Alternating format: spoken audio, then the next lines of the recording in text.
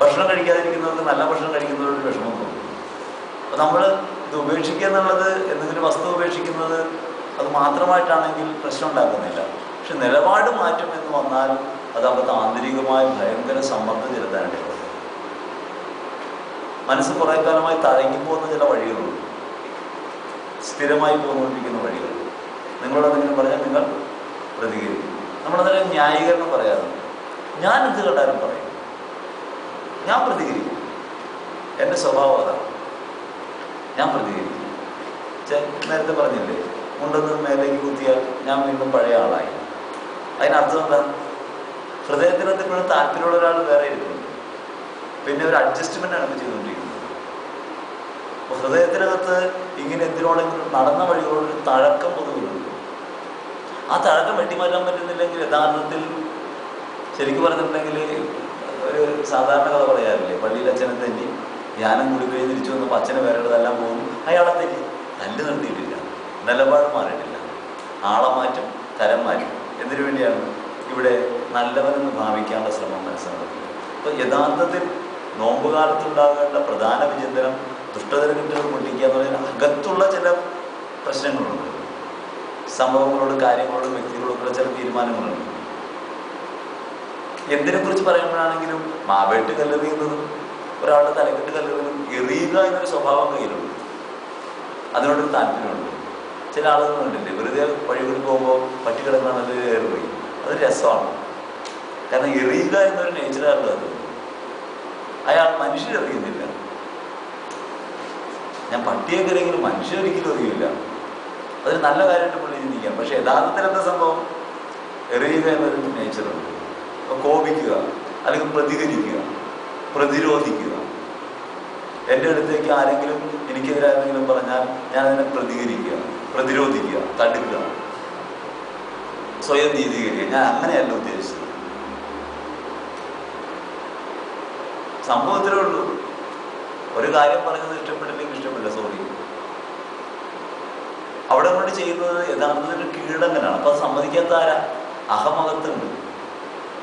അകത്തുള്ള അഹം സമ്മതിക്കില്ല. അത് എനിക്കും നിനക്കും എല്ലാവർക്കും ഉള്ളതാണ്. പക്ഷെ അതെങ്ങനെയാണ് ആക്ട് ചെയ്യണമെന്നുള്ളത് ആളെന്തിനും നോക്കി, സ്ഥാനമൊരുമ നോക്കിയും അവനവൻ്റെ ഇരിപ്പിടമൊക്കെ നോക്കിയിട്ടാണ് ആളുകൾ ചെയ്യാറ്. എല്ലാവരും ഇതേപോലെ കോപിക്കും ഇല്ല. അധികാരസ്ഥാനം ഏറുന്നതോറും കോപത്തിൻ്റെ ശക്തി കുറയും. മുഖ്യമന്ത്രി ഒരിക്കലും കോപിക്കുന്നത് ചാടിക്ക് ഒച്ചപ്പാടുകളുണ്ടായിട്ടല്ല. കാരണം മുഖ്യമന്ത്രിക്ക് അധികാരമുണ്ട്, അദ്ദേഹത്തിന് അറിയാൻ എനിക്ക് ചെയ്യാനൊക്കെ പറ്റുള്ളൂ. തീരെ നിവൃത്തിയുടെ ആളാണ് ഒച്ചപ്പാട് കുറവുണ്ടാക്കുന്നത്. കാരണം അയാൾക്ക് വേറെ ഒന്നും ചെയ്യാൻ സാധ്യമല്ല, രണ്ട് ഒച്ചപ്പാടുണ്ടാക്കുകയാണ്. നിങ്ങൾ കണ്ടിട്ടില്ലേ?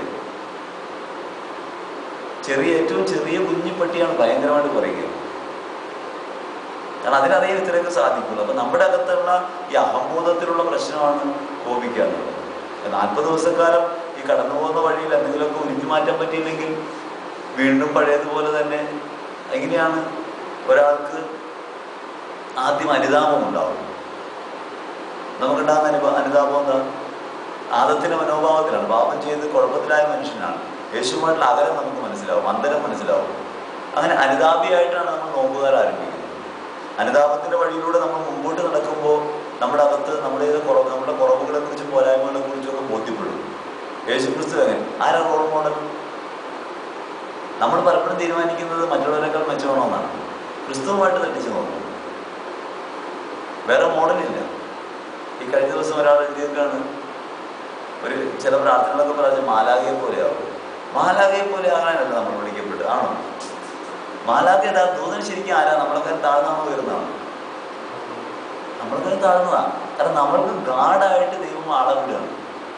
ഗാർഡിയൻ ഏഞ്ചൽ, സംരക്ഷകനായിട്ട് ഒരാളെ.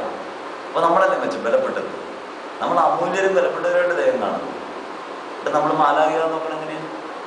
ശരീരത്തിനകത്ത് ക്രിസ്തുവിൻ്റെ സാന്നിധ്യം ഉണ്ടായി ദൈവപുത്ര സ്ഥാനത്തേക്ക് വിളിക്കപ്പെട്ടവരാണ് നമ്മൾ, മോശക്കാരല്ല. അപ്പം എനിക്ക് എന്നെക്കുറിച്ചുള്ള ഈ മതിപ്പ് ക്രിസ്തുവുമായി തട്ടിച്ചു നോക്കുമ്പോൾ ഈ സ്ഥാനമായിട്ട് എന്തോരം ബന്ധമുണ്ട്. ആ സ്ഥാനത്തിന് എതിരായ പ്രധാന ഗുണം എന്താണ് എന്നുള്ളത്? ഈ സ്ഥാനത്തെ എതിർക്കുന്ന ഗുണം. സാധാരണ മനുഷ്യനാണെന്നും ഞാൻ സാധാരണക്കാരനല്ലേ എന്ന് പറയുന്ന ഗുണം ഏതാണുള്ളത്? അതിനെ ഈ ദിവസം കൊണ്ട് ഒഴിഞ്ഞു മാറ്റാൻ പറ്റും. ഇത് എനിക്ക് നിങ്ങൾക്കും വ്യത്യാസമൊന്നുമില്ല. എല്ലാവർക്കും അവരവരുടേതായ തോതിൽ, അളവിൽ കഴിവിൽ ഒക്കെ ഉണ്ടാകാവുന്ന ഇത്തരത്തിലുള്ള ചില തലംപിടുത്തങ്ങളുണ്ട്. അവരായിരിക്കുന്ന സ്ഥാനങ്ങളിൽ ഒരുപക്ഷെ വാക്കുകളിലോ പ്രവൃത്തിയിലോ ഒന്നും തെളിഞ്ഞു കാണണമെന്നില്ല, പക്ഷെ മനോഭാവത്തിൽ ഇതുണ്ടാവും. അതുകൊണ്ട് നമ്മുടെ തന്നെ നീതീകരിക്കാനുള്ള സ്വഭാവം, പ്രൊട്ടസ്റ്റ് ചെയ്യാനുള്ള സ്വഭാവം, എതിർത്ത് തോൽപ്പിക്കാനുള്ള സ്വഭാവം, ഇതൊക്കെ തലമുക്കുന്ന എങ്ങനെയെന്ന് നോക്കണം. ക്രിസ്തുവിൻ്റെ ഭാഗത്ത് നോക്കി ക്രിസ്തു സ്വയം നീതീകരിക്കുന്നില്ല, പ്രതികരിക്കുന്നില്ല, സ്വയം സുരക്ഷിതനാകാൻ നോക്കുന്നില്ല, യേശു എതിർക്കുന്നില്ല. എല്ലാ ഭാഗത്തു നിന്നും ഉണ്ടാകുന്ന കാര്യങ്ങളെ സ്വീകരിക്കുക മാത്രമാണ് ക്രിസ്തു ചെയ്യുന്നത്. ഒറ്റുന്നവരോടും തർക്കിക്കുന്നില്ല, തള്ളിപ്പറയുന്നവരോടും തർക്കിക്കുന്നില്ല, കുരിശിൽ തർക്കുന്നവരോടും തർക്കിക്കുന്നില്ല, പിലാത്തോസിനോട് തർക്കിക്കുന്നില്ല. എല്ലാവരോടും എങ്ങനെയാണ്? സ്വീകരണത്തിൻ്റെ മനോഭാവമാണ്. അപ്പോൾ ക്രിസ്തുവിൻ്റെ മനോഭാവമായിട്ട് എൻ്റെ സാധാരണ ജീവിതത്തിൽ എന്തൊക്കെയുണ്ട് വ്യത്യാസം? അത് ഈ 40 നാൾ കൊണ്ട് എണ്ണി തീർക്കണം.